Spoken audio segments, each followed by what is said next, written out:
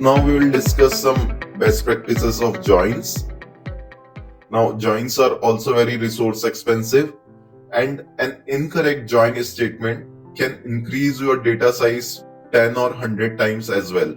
So it is advisable to use join statement very carefully. For example, in this join, we are left joining customer 2060 table to our sales table. So instead of mentioning all the columns of my customer table, I should have used a subquery selecting only the customer name and customer age and customer ID from my 2060 table. Because right now we are extracting all the columns from customer 2060 table. So it is advisable to use subqueries to select only the necessary column names from this table. And you also have to make sure that there is no one-to-many joins happening in your join.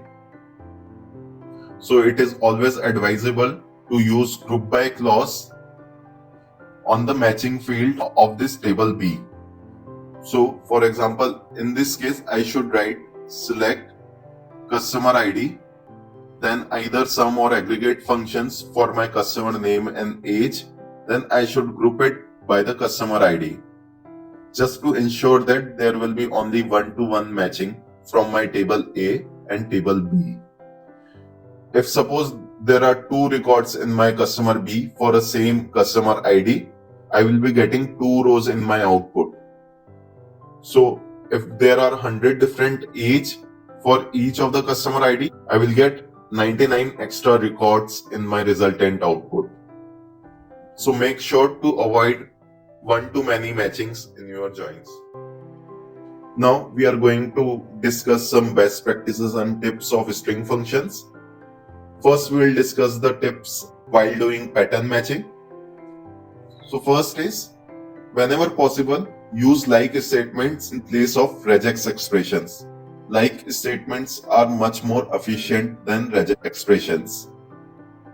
And do not use similar to statements, because you can do the similar task by using regex functions.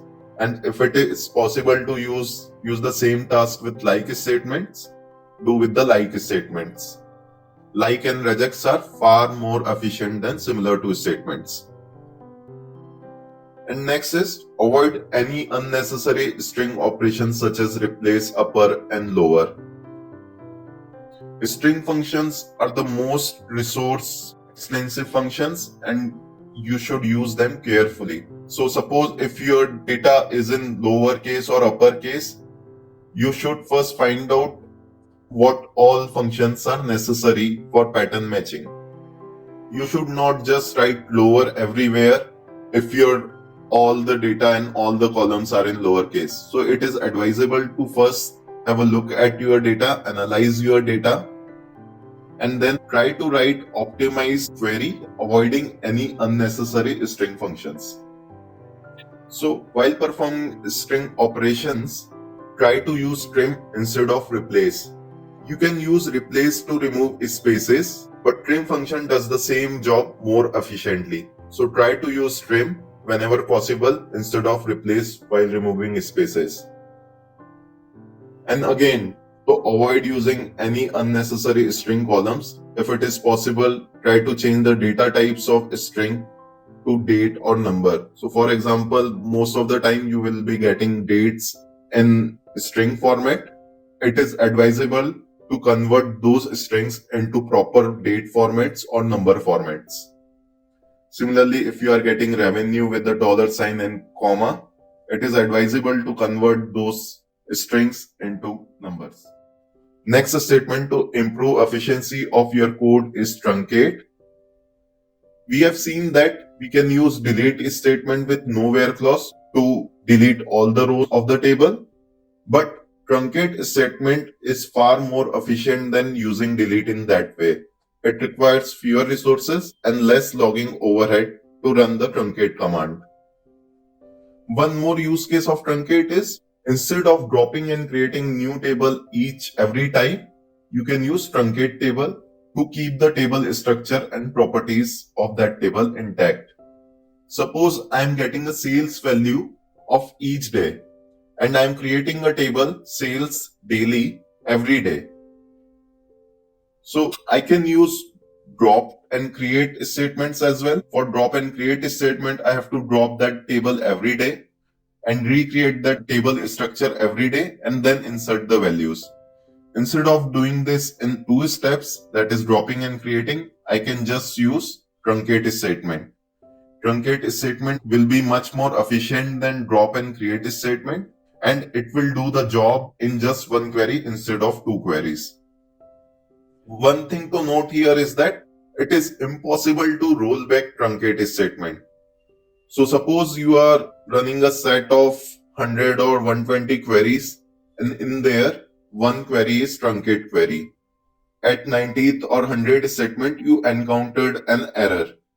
What SQL do in such cases is it roll back all your tables to its initial stage. But if there is a truncate statement in between, it will not be able to roll back to the initial stage and you will lose your data of that particular table. So basically, truncate is doing a hard delete on your data. Now suppose you have to use update statement in your data. So how to remove those soft deleted rows? So with the help of vacuum statement, we can delete those soft deleted rows. The syntax of vacuum statement is very simple. You just write vacuum and then the table name. You should use vacuum more often on the tables in which you are deleting and updating rows on a regular basis. As I mentioned earlier, update statement actually a soft delete statement and an insert statement. So updating every statement will increase the storage size of your table. So suppose if you are updating a column of name to uppercase, so you are basically doubling the size of your table, because for every row update, there will be another row which will be present. So instead of using updates in your query, you should try to use other statements such as case. So for example, you are creating one table and then updating that table with the where clause. So instead of that, you can use case statements. So while creating a table, you can mention case statement and mention the condition to give different values for different where statements. This will save a lot of space in your database and it will be a lot quicker and efficient than update statements. Let's take an example of our customer data. In our customer data, we have age column. And now we want to create another table where we want another column with the age group. I want to assign value young to all the customers whose age is less than 30 and value middle age to all the customers who are between 30 to 60 and seniors to all the customers whose age is more than 60. In that case, if I am using update statement, I have to use create table. Then I have to use 3 different update statements to assign different values to each customer. Instead of that, I can use case statement. While creating a table, I can mention another column name with the case statement in there and I can assign 3 different values. In the first case, when I was using update statement, the size of table will be much more than the actual size because there were soft deleted rows in that. But when I am using a case statement, I am actually getting the exact size table.